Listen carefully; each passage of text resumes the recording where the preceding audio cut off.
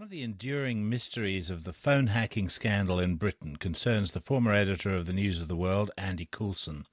Why, after Coulson resigned from the paper over hacking done on his watch, did the Tory leadership hire him as chief spokesman? And why did the Prime Minister David Cameron hang on to him for so long as the scandal deepened? Andy Coulson did eventually leave Downing Street in January this year. 5 months later, he was arrested on charges related to phone hacking allegations. And 8 weeks ago, the former News International chief executive, Rebekah Brooks, revealed to a parliamentary committee hearing that it was George Osborne who recommended Mr Coulson. Who's George Osborne?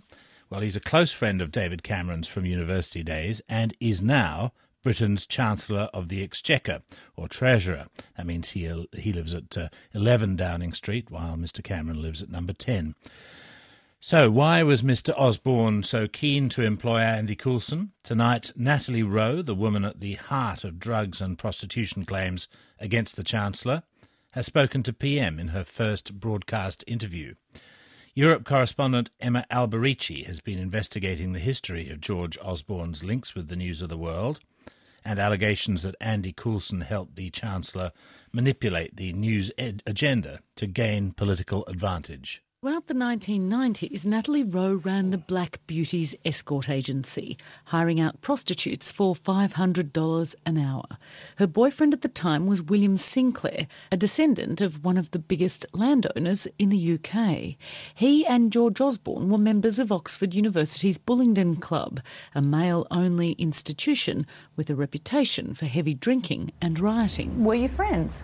Me and George? Yeah. And did it ever become more than a friendship? Yes. What did George Osborne think about your line of work? He was very intrigued. What initially happened is that William and George and Christopher, I'd left them at my apartment. I initially kept it a secret from William.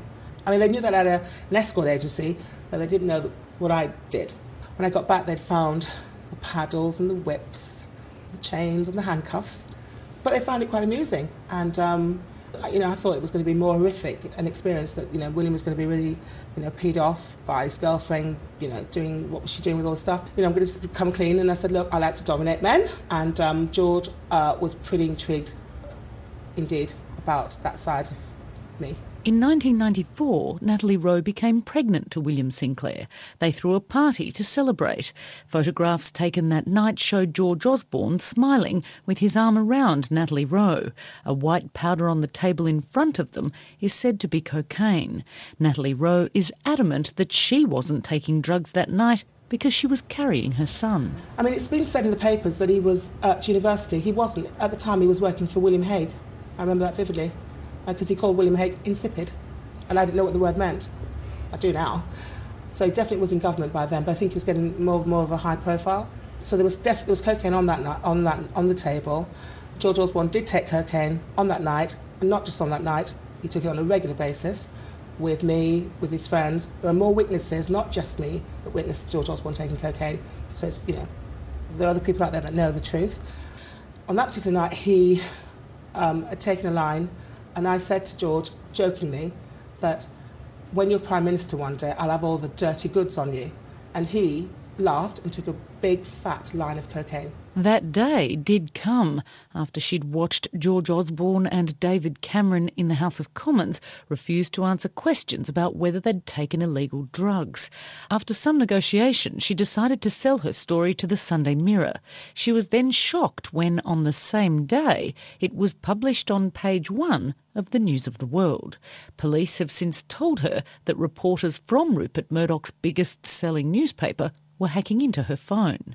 More stunning to her lawyer Mark Lewis was the way the News of the World approached Natalie Rowe's story, calling her a cocaine-snorting call girl and using an unnamed source to undermine her credibility. The editor at the time was Andy Coulson, and I think that's worth remembering because of the future relationship that we have between the Conservative Party, the Prime Minister and Andy Coulson. Andy Coulson also wrote an editorial, or had it written for him, dismissing Natalie Rowe's story.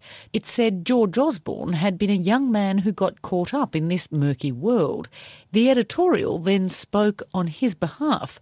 Quote, Mr Osborne robustly condemns drugs for the destruction they wreak. That editorial could have gone completely the other way.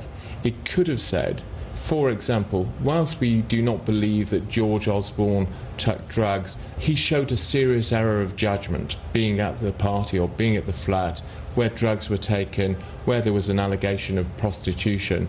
He showed that error of judgment, and therefore he's not right to be in the heart of politics. Now, the decision on which spin to give to the story by the editor of the News of the World particularly was something that determined his future in politics. You think so? Undoubtedly so, because the editorial could have been written the other way, and if it would have been written the other way, it would have finished his career, I'm sure. George Osborne's office claimed that the stories that appeared were defamatory and untrue, and yet in the 6 years since then, the now Chancellor has never sued a newspaper or Natalie Rowe about the prostitution and drugs claims. One would have thought George Osborne would have looked at it and said, the last person that I want to be in the heart of my government is somebody who had that information or who'd been vengeful enough against me to write or publish a story that had me with cocaine. But if you look at it, because there was a nice gloss put on the story and an editorial that